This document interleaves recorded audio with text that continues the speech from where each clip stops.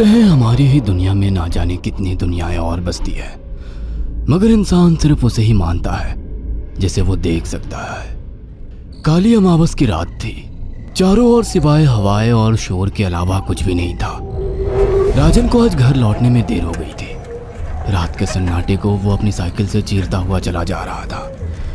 वो गांव की नदी तक पहुंचा ही था कि तभी उसे नदी के पास एक काला साया दिखाई दिया जो नदी के किनारे पानी को घूरे जा रहा था। इतनी रात को नदी के पास देखकर राजन के ना जाने क्यों रोंगटे खड़े हो गए। उसे ऐसा महसूस हुआ मानो उसके पैर साइकिल के पैडल पर जम गए हो। राजन कपकपाते हुए होठों से बोला, कौन है वहां पर? राजन ने इतना बोला ही था कि अचानक वो साया बिजली की रफ्तार से दौड़ता हुआ राजन के नजदीक आ गया। राजन की नजर जैसे ही उस साये पर पड़ी, उसके हलक से एक भयानक चीख निकल गई। इस घटना के 1 महीने बाद अर्जुन का सारा ध्यान ड्राइविंग पर था। उसकी पत्नी शिखा कार में ड्राइविंग सीट के बगल में बैठी हुई एक मैगजीन पढ़ रही थी। शिखा ने मैगजीन रखकर अर्जुन की ओर देखकर कहा, और कितनी दूर रह गया है तुम्हारा गांव अर्जुन? बस थोड़ी दूर रह गया है, आधे घंटे में हम पहुंच जाएंगे। तुम्हारे चेहरे पर इतनी टेंशन क्यों है? टेंशन क्यों नहीं होगी शिखा, मैंने अपनी माँ को बगैर बताए तुमसे लंदन में शादी जो कर ली। पता नहीं माँ तुम्हें देखकर कैसे रिएक्ट करेगी। डोंट वरी अर्जुन, मुझ पर भरोसा रखो। तुम्हारी माँ को मनाने की जिम्मेदारी मेरी है। आई होप शिखा ऐसा ही हो। यकीन मानो अगर ऐसा हुआ ना तो मेरे ऊपर से एक बहुत बड़ा बोझ उतर जाएगा। अब मुस्कुरा भी दो यार। अच्छा, तुम बता रहे थे कि गांव में तुम्हारी बहुत बड़ी हवेली बनी हुई है, कुछ बताओ ना अपनी हवेली के बारे में। अरे 15 मिनट में हम वैसे भी पहुंचने वाले हैं, तुम खुद देख लेना। कुछ ही देर में अर्जुन अपने गांव वीरपुर अपनी हवेली में खड़ा हुआ था।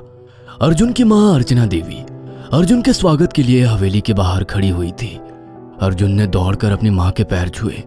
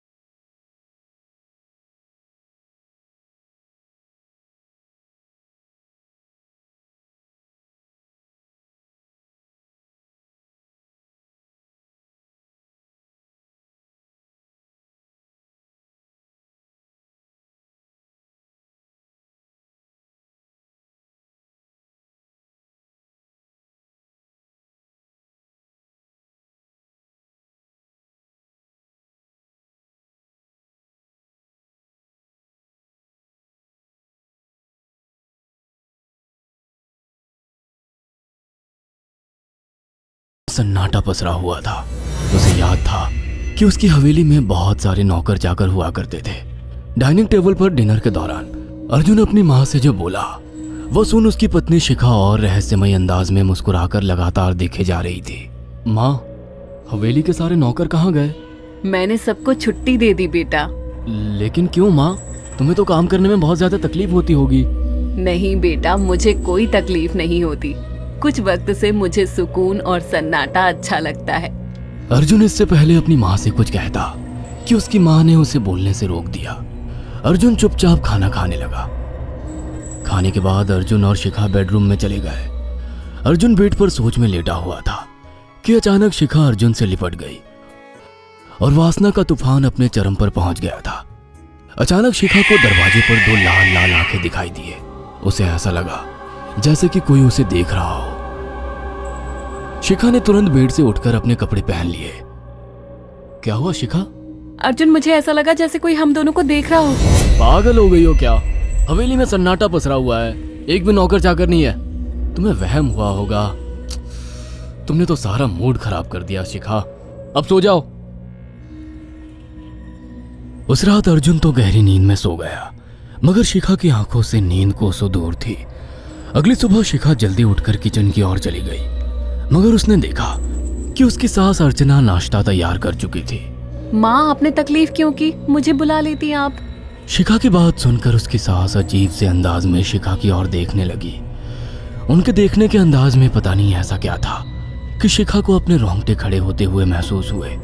अर्चना धीरे धीरे करीब कदमों से शिखा के करीब आकर बोली, कोई बात नहीं बेटी, तुम्हें अब यहीं रहना है। तुम सिर्फ मेरे बेटे के साथ प्यार से रहो और जल्दी से मुझे एक पोता दे दो। काम की चिंता मत करो, वो सब मैं कर लूंगी। कुछ ही दिनों के बाद अर्चना गर्भवती हो गई। उसे हवेली में रहते हुए 6 महीने से ज्यादा वक्त हो चुका था और इन 6 महीनों में उसने नोट किया कि जब से वो गर्भवती हुई है, उसकी सास अचानक से आकर उसके पेट पर हाथ फेरने लगती और अजीब से अंदाज में उसके पेट को घूरने लगती। शिखा ने तंग आकर अर्जुन से कहा, अर्जुन, मुझे तुम्हारी माँ का बिहेवियर बड़ा अजीब लगता है। तुम्हारी माँ जब देखो मेरे पेट पर आकर हाथ फेरती रहती है। अरे माँ को अपने पोते के आने का बेसब्री से इंतजार है शिखा, इसमें अजीब लगने वाली क्या बात है? मैं तुम्हें कैसे समझाऊं? मैंने माँ की आंखों में एक अजीब सी चमक देखी है। कैसी चमक? शिखा के मुंह से अचानक से एक अल्फाज निकल गया, जैसे किसी डायन की आंखों में होती है। शिखा की बात सुनकर अर्जुन का गुस्सा 7वें आसमान पर पहुंच गया। वो गुस्से से चीखते हुए बोला, खबरदार शिखा, आगे एक शब्द मेरी माँ के खिलाफ मत निकालना, नहीं तो मुझसे बुरा कोई नहीं होगा। तुम्हें शर्म आनी चाहिए शिखा। जब से तुम यहाँ पर आई हो तब से मेरी माँ तुम्हारी कितनी चिंता करती है। वह तुम्हें समय से खुद नाश्ता बनाकर देती है, खाना देती है, यहाँ तक कि हवेली की साफ सफाई भी वो अकेली करती है। क्या बोलूं अब तुमसे, शर्म आती है मुझे तुम्हें अपनी पत्नी कहते हुए। इतना कहकर अर्जुन गुस्से से कमरे से निकल गया। शिखा अर्जुन से बहुत कुछ कहना चाहती थी मगर कह नहीं पाई। उसने महसूस किया था कि चाहे कितनी भी तेज आंधी और तूफान आए, मगर हवेली के अंदर धूल की एक परत तक नहीं जमती थी और दिन ब दिन अर्चना के चेहरे की झुर्रियां कम होती जा रही थी। ऐसा लगता था मानो वो जवान हो रही हो। शिखा के अब 9 महीने कंप्लीट हो चुके थे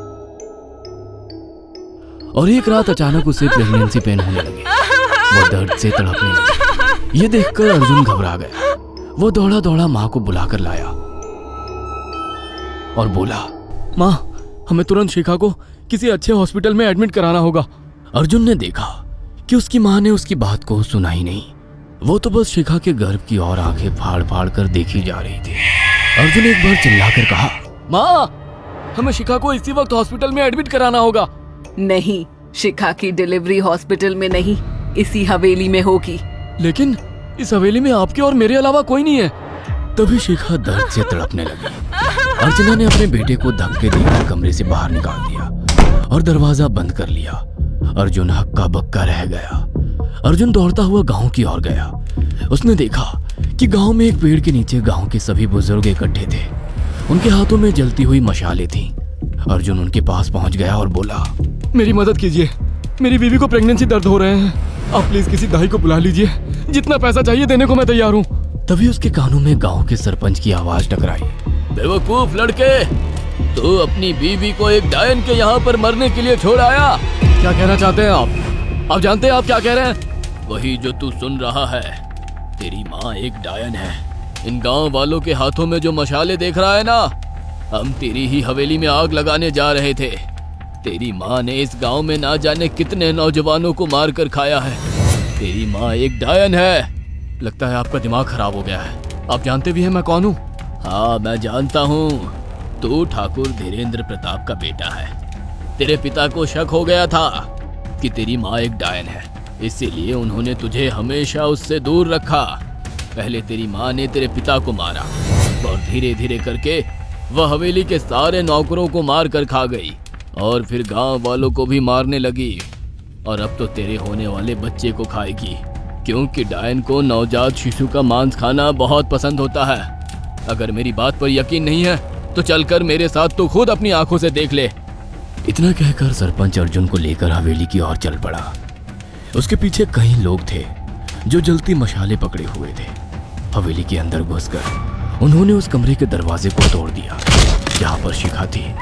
कमरे का मंजर देखकर अर्जुन के रोंगटे खड़े हो गए। उसने देखा कि उसकी माँ एक बेहद भयानक रूप में उसके बच्चे का मांस खा रही थी और उसकी पत्नी शिखा फर्श पर मरी हुई पड़ी थी और पूरा फर्श खून से लाल था। अर्जुन को अपनी आंखों पर यकीन नहीं आ रहा था कि तभी उसकी माँ उसके ऊपर झपटी। सरपंच ने चीखकर कहा, अरे इस डायन को आग लगा दो, जिंदा जला दो इसे और साथ ही साथ इस हवेली को भी। सभी लोगों ने जलती हुई मशालें डायन के ऊपर फेंक दी। देखते ही देखते डायन दर्द से चीखने और चिल्लाने लगी और कुछ ही देर में वो जलकर राख हो गई। हवेली में आग लगते ही सभी लोग अर्जुन को खींचकर बाहर ले आए। अगले दिन अर्जुन अपनी पत्नी की यादें साथ लेकर आंखों में आंसू लिए दोबारा लंदन वापस चला गया। अगर आपको हमारी ये कहानी पसंद आई हो तो इसे लाइक और शेयर करना ना भूलें। साथ ही ऐसी और नई कहानियों के अपडेट्स पाने के लिए हमारे चैनल को जरूर सब्सक्राइब करें।